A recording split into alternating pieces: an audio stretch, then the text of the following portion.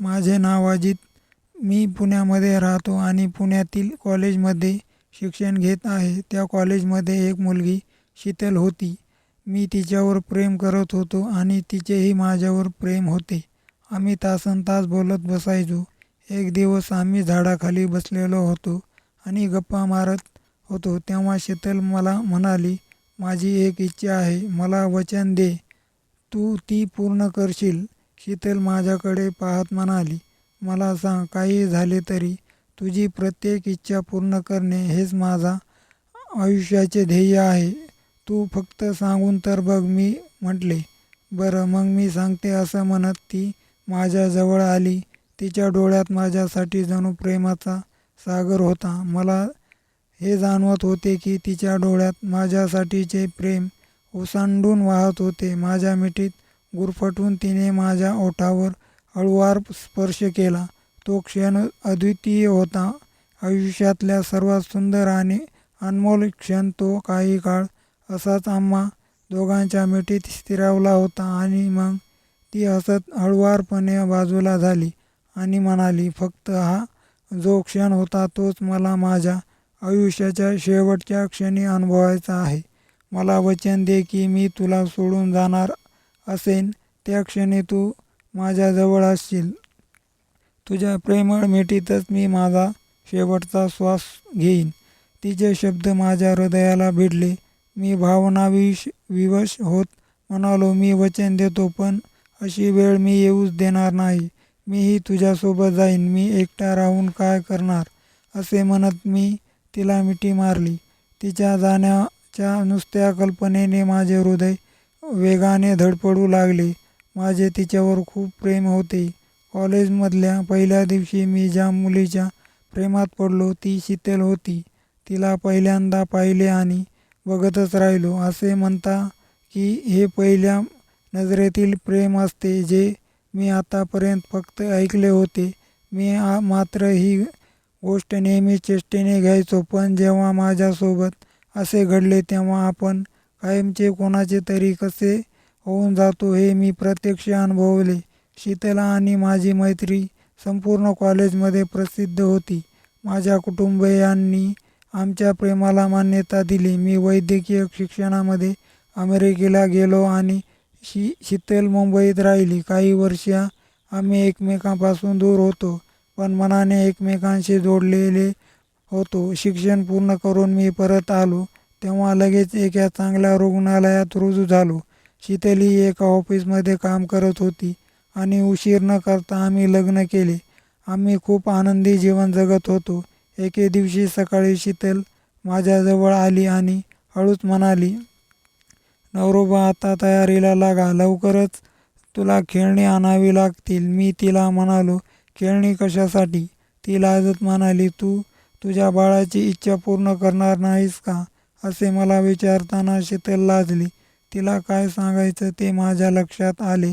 मी आनंदाने उडी मारली आणि तिला मिठीत घेतले. तिचा हात धरून म्हणालो, आज तू मला जगातला सर्वात मोठा आनंद दिला आहेस. माझे तुझ्यावर खूप प्रेम आहे. आम्ही दोघे एकाच वेगळ्याच जगात पोहोचलो होतो. आमच्यात एकमेकाबद्दलचे बोलणे कमी आणि बाळाबद्दल जास्त गप्पा होऊ लागल्या. बाळासाठी काय विकत घ्यायचे, ते कसे ठेवायचे, तो काय आणि कसा बोलेल, काय करेल यावर आम्ही तासनतास गप्पा मारत असू. डॉक्टर असल्यामुळे माझ्याकडे फारसा वेळ नव्हता.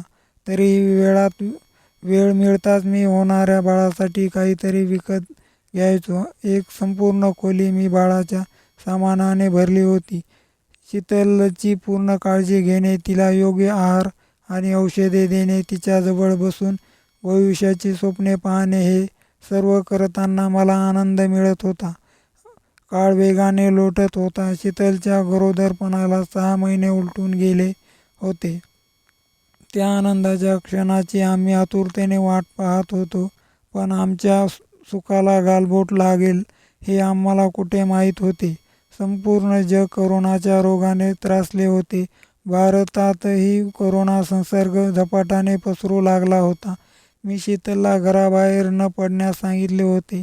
डॉक्टर असल्याने मला बराच वेळ रुग्णालयात घालवावा लागत होता. त्यामुळे मी एका बाईला आमच्या घरी कामावर ठेवले, जेणेकरून माझ्या गैरहजेरीत ती जान्हवीची काळजी घेईल.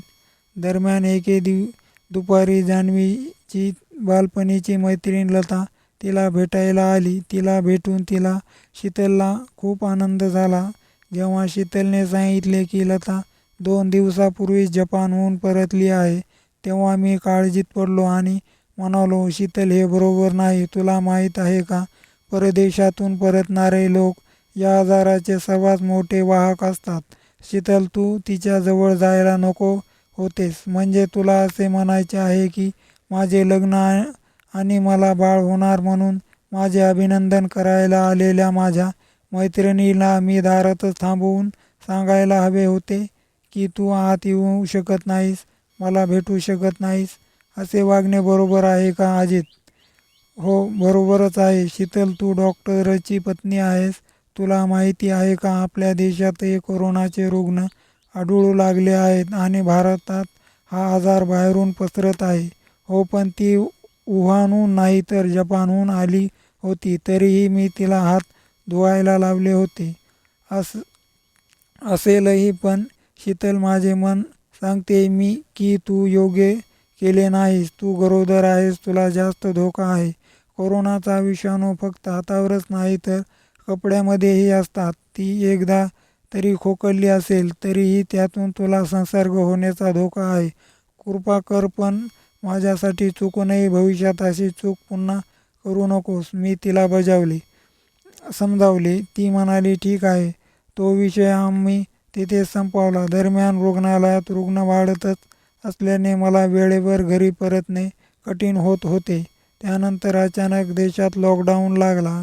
मी 4-5 दिवस घरी जाऊ शकलो नाही. मी शीतलच्या तब्येतीची फोनवरच चौकशी करत असे. कोरोना रुग्णासोबत राहावे लागत असल्याने मी स्वतःहून घरी जाणे टाळत होतो. कारण हा विषाणू माझ्याकडूनच शीतलपर्यंत पोहोचू नये असे मला वाटत होते. दरम्यान एके दिवशी फोनवरून मला शीतलची तब्येत बरी नसल्याचे समजले.